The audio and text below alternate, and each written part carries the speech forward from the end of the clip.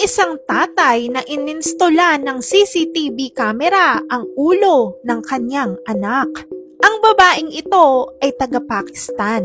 Ang story kasi nun, yung tatay nakabalita siya na mayroong isang babae na namatay pero hindi malaman kung ano ba ang cause ng pagkamatay nito. Kaya naman naalarma siya para sa safety ng kanyang anak. At dahil nga sa nabalitaan niyang yun, nakapag-decide siyang bumili ng CCTV camera para i-install sa ulo ng kanyang anak. Dahil napakagulo nga daw talaga sa lugar nila at pinoprotektahan niya lang yung anak niya para lagi niya itong mamomonitor 24/7. Battery operated nga pala yung CCTV na nilagay sa kanya kaya kahit hindi ito nakaplug sa saksakan ay gagana ito.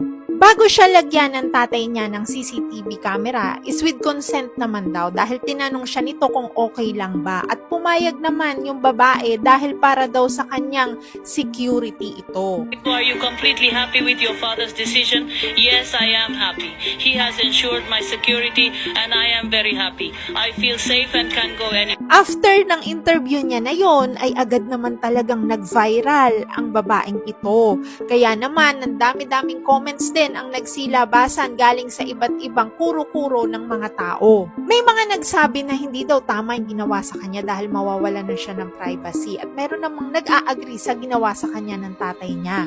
Pero kung ikaw, lalagyan ka ng CCTV, papayag ka ba?